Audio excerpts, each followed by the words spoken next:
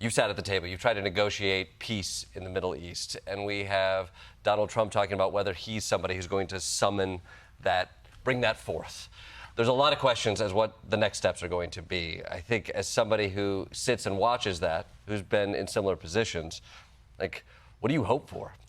What advice do you have? First of all, they're not talking about negotiating peace in the Middle East because the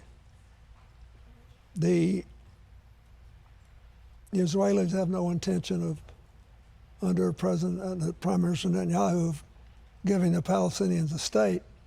And now they're too divided and crushed to organize themselves to achieve it. So, and President Trump apparently agrees with that they shouldn't have a state. But you don't want a disaster either. And Mr. Netanyahu has long wanted to fight Iran because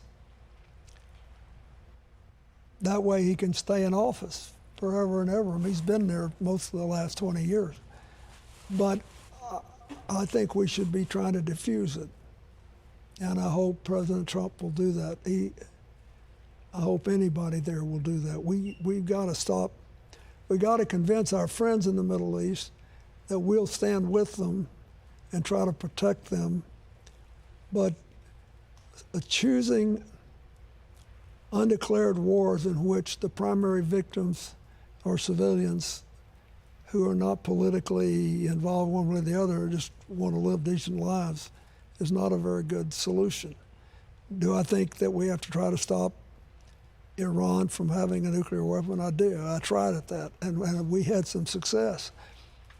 But we don't have to have all this outright, constant killing of civilians who can't defend themselves, and they just want a chance to live.